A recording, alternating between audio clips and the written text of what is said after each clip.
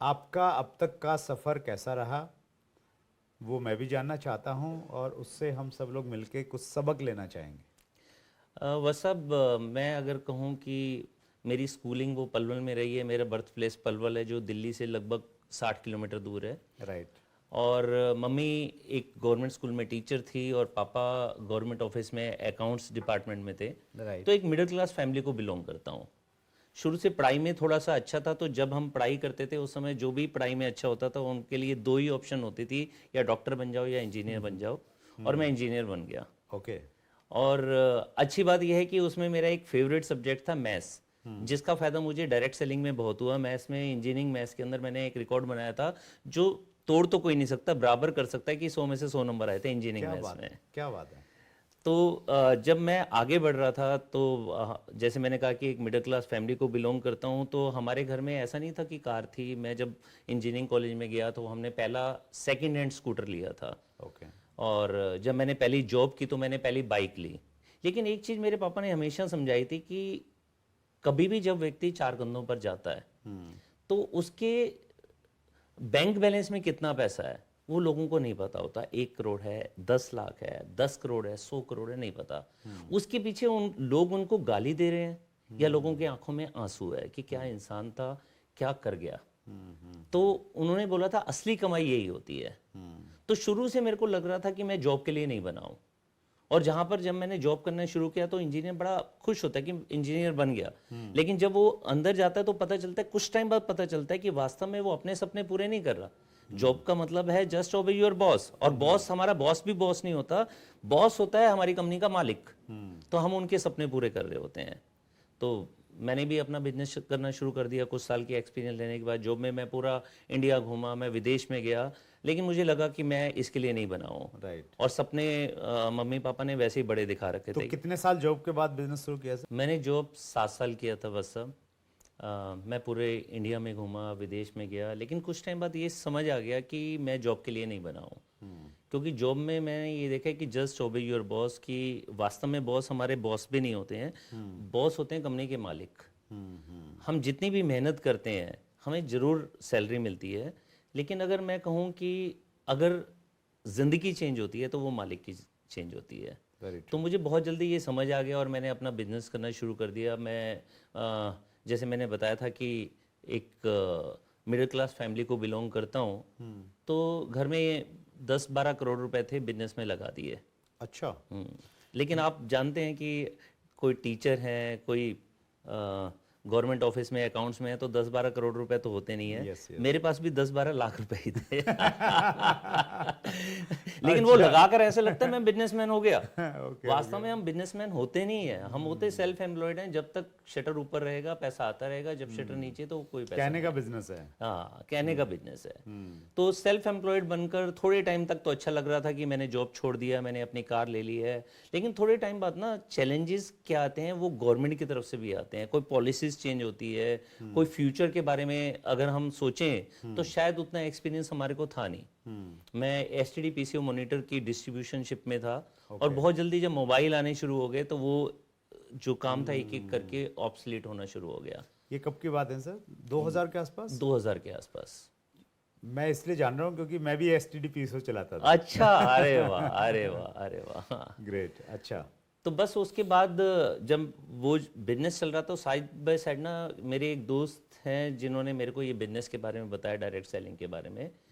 मेरे को कुछ समझ नहीं आ रहा था। मेरे को ये समझ आ रहा था कि यहाँ पर ना मल्टीप्लिकेशन है। जैसे मैंने बताया ना कि मेरा मैथ्स बहुत अच्छा था।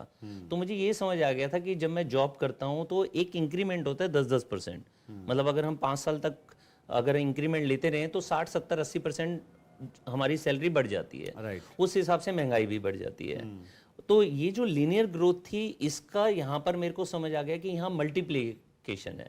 यहाँ 10 + 10 + 10 + 10 50 नहीं होता, यहाँ 10 × 10 × 10 × 10 1 लाख हो जाता है। तो मेरे को बहुत जल्दी समझ आ गया। और जब मैंने काम करना शुरू किया, बस आप बिलीव करेंगे 2001 के अंदर मेरे घर में 15 दिन के अंदर 1 लाख रुपए का चेक आया।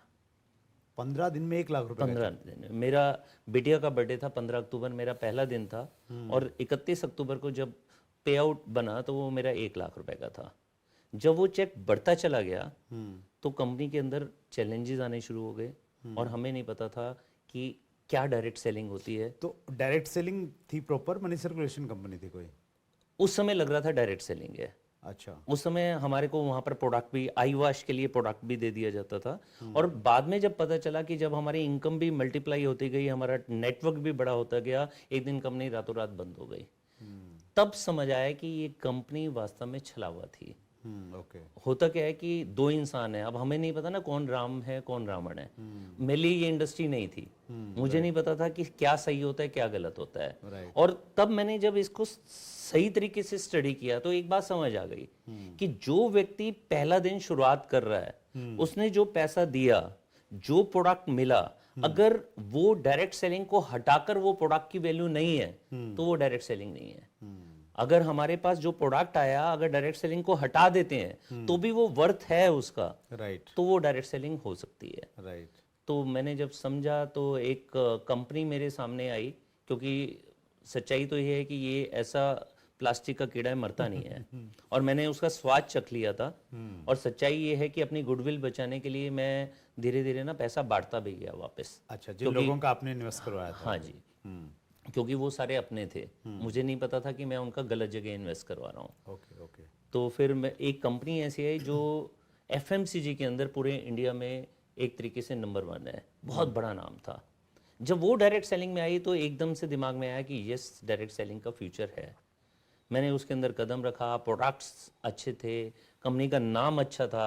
यस, प्रोडक्ट्स महंगे थे, लेकिन उससे विचित्र बात ये होती थी कि जो प्रोडक्ट हमारा अच्छा वहाँ पर सर्कुलेट होना शुरू हो गया, जो अच्छा टीम के अंदर जाना शुरू हो गया, वो उठाकर वो वापस ट्रेडिशनल में डाल देते थे। अच्छा, वो ट्रेडिशनल में भी थी कंपनी और डायरेक्ट सेलिंग में भी? डायरेक्ट सेलिंग में बाद में पता चला एक तरह से एक्सपेरिमेंट कर रही थी। ओके। ओके। क्योंकि वो किंग थी ट्रेडिशनल मार्केट की, तो उन्होंने यहाँ पर एक्सपेरिमेंट किया।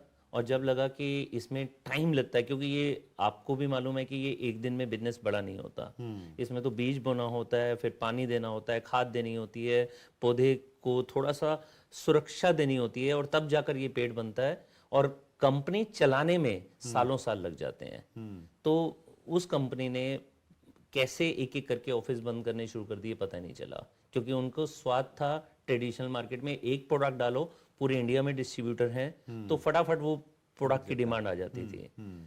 तो मेरे को ये लगा कि जैसे मेरी ज़िंदगी में शायद रिच बनना लिखा ही नहीं है, शायद ये जो सेवा वाला बिजनेस है, वास्तव में तो इसमें सेवा होती है कि हम हजारों लाखों लोगों की ज़िंदगी को छूते हैं, तो वो शायद नहीं है। बस मैं फिर ट्रेडिशनल बिजनेस के अंदर आया। राइट। फिर मैं मोबाइल की डिस्ट्रीब्यूशनशिप में आया, दोबारा से? ओके, दोबारा से। और साथ ही साथ में उस कंपनी में जो मेरे दोस्त बने थे वो मेरे टच में रहे। उन्होंने मेरे को बताया कि नहीं, हमने शायद कोई गलत इंडस्ट्री, गलत कंपनी चूज की थी, इंडस्ट्री बहुत बड़ी है।